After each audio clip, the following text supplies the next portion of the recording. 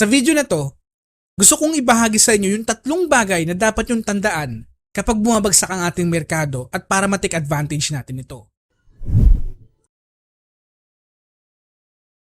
You literally every day have thousands of the major American corporations offered you at a price that changes daily. And you don't have to make any decisions. You have to make, nothing is forced upon you. So there are no called strikes in the business. The pitcher just stands there and throws balls at you. And if you're playing real baseball and it's between the knees and the shoulders, you either swing or you get a strike called on you. If you get too many called on you, you're out.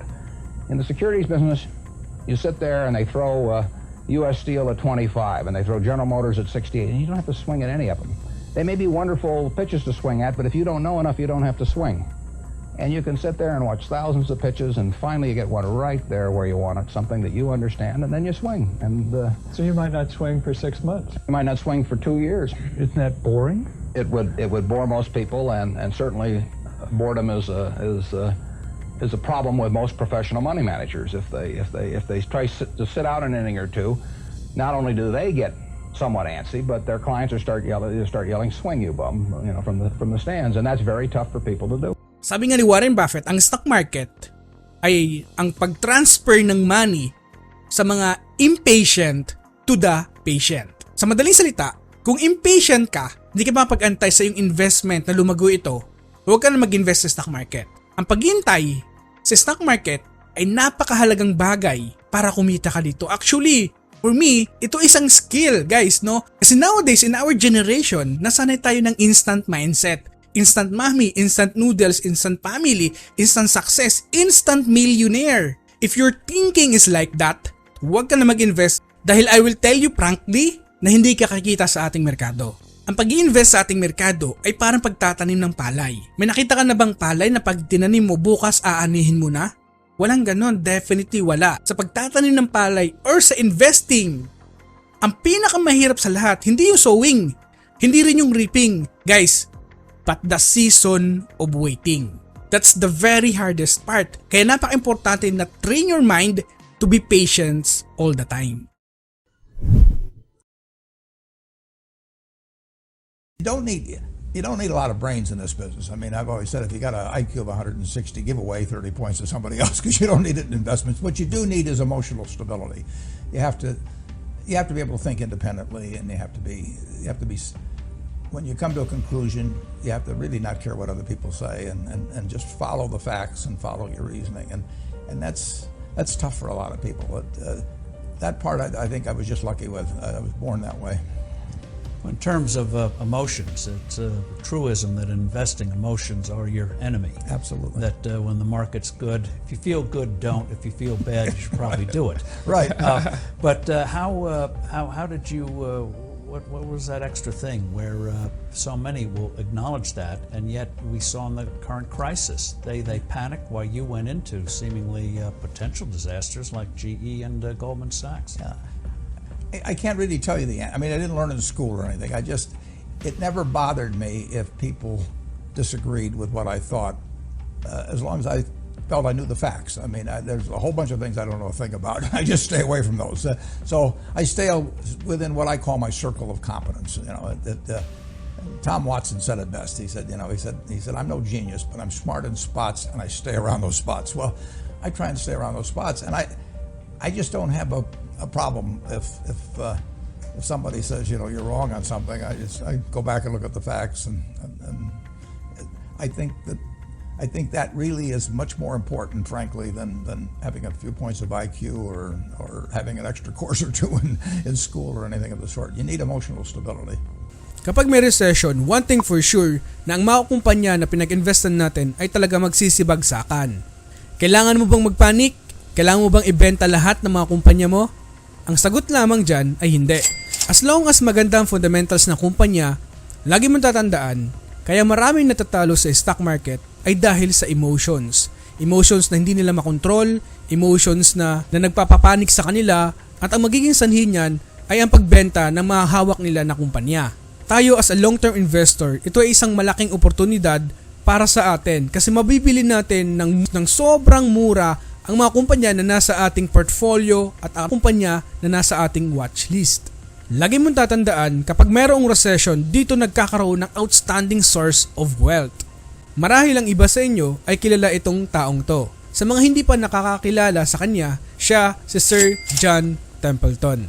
Isa rin siya sa pinaka-role model ko and one of the greatest investor of all time. So konting history lang muna tayo kay Sir John Templeton. So si Sir John Templeton ay nagsimula from humble beginnings. Siya ay nagmula sa Tennessee. Si Sir John Templeton ay nag-drop out sa college kasi hindi niya kayang i-afford yung tuition doon. Pero alam nyo, kahit sa simula pa lamang, alam niya na ang kahalagahan ng power of compounding and also ang power of compound savings. Every time na magkakaroon siya ng kita, ay tinatabi niya yung 50% nito at pinag-aralan ni Sir John Templeton ang history ng US market. Napansin niya na kaya pala bumababa ang mga stock price ng mga kumpanya because of pressure of selling. Now to cut the long story short, during the World War II, nang in-invade ng Germany ang Poland noong 1939, at ang mga kumpanya noon ay talagang nagsisibagsakan. Ang ekonomiya ay talagang na-paralyze because of World War II. So ang ginawa ni Sir John Templeton, meron siyang $10,000 at ininvest niya ito sa mga stocks sa New York Stock Exchange. At ito ang ginawa niya. At bumili siya ng tigwa 100 shares sa mga kumpanya na nasa under $1 na lang ang price. After the World War II, ay unti-unti nang bumabalik ang ekonomiya, tumataas na ang mga stock price. But here's the catch guys. Ang investment ni Sir John Templeton na $10,000 ay umabot ng multi-billion dollar portfolio. So through this story, marami tayong matututunan na ang recession, ang depression ay hindi end of the world. Because ito ay transfer of wealth creation. As long as na maganda ang fundamentals at pasado pa rin sa criteria mo ang kumpanya, huwag mong bitawan. Pagkos kapag mayroong recession na nangyayari sa atin, mag-double down ka sa mga kumpanya na nasa portfolio mo.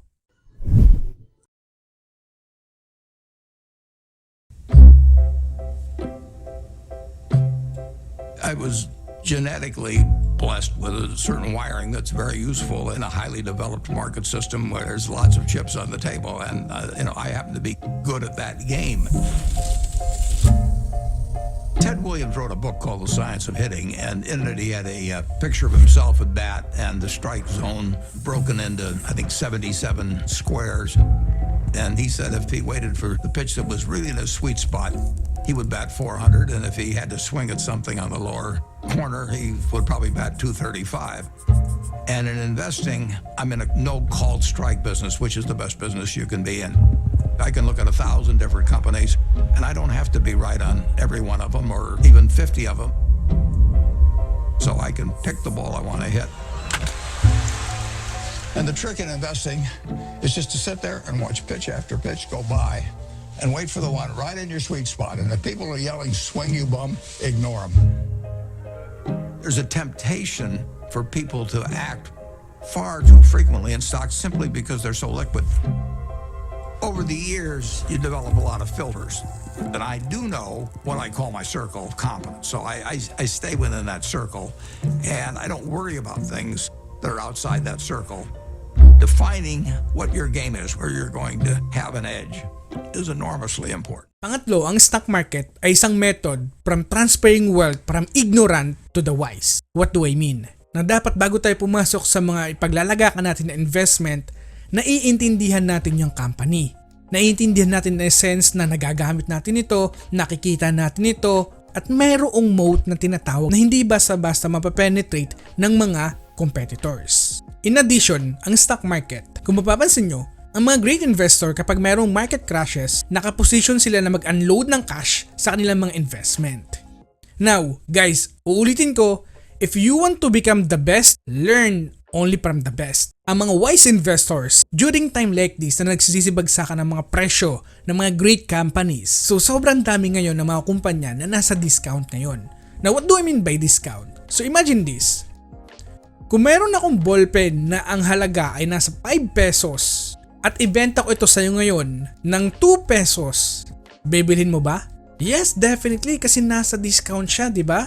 Ganito ngayon ang nangyayari sa mga great companies na nasa ating merkado ngayon. So pag sinabi naman natin na undervalued ang isang company, so ibig sabihin ito yung mga kumpanya na nasa sobrang baba ang presyo in comparison sa kanilang real value. So for example, ikaw isang long-term investor, saan ka dapat bibili? Sa mataas na presyo o sa mababang presyo?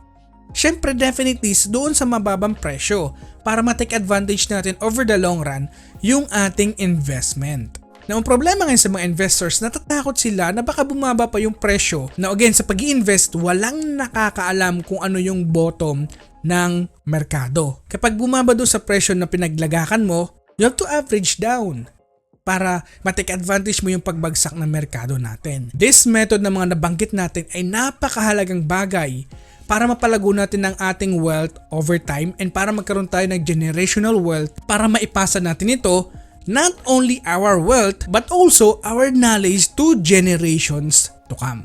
Kung nagustuhan mo itong video na to, please like para marami pang potential investor ang maabot itong ating channel. And again, this is pse warrior na nagpapaalala lagi sa inyo na invest wisely and see you on the other side.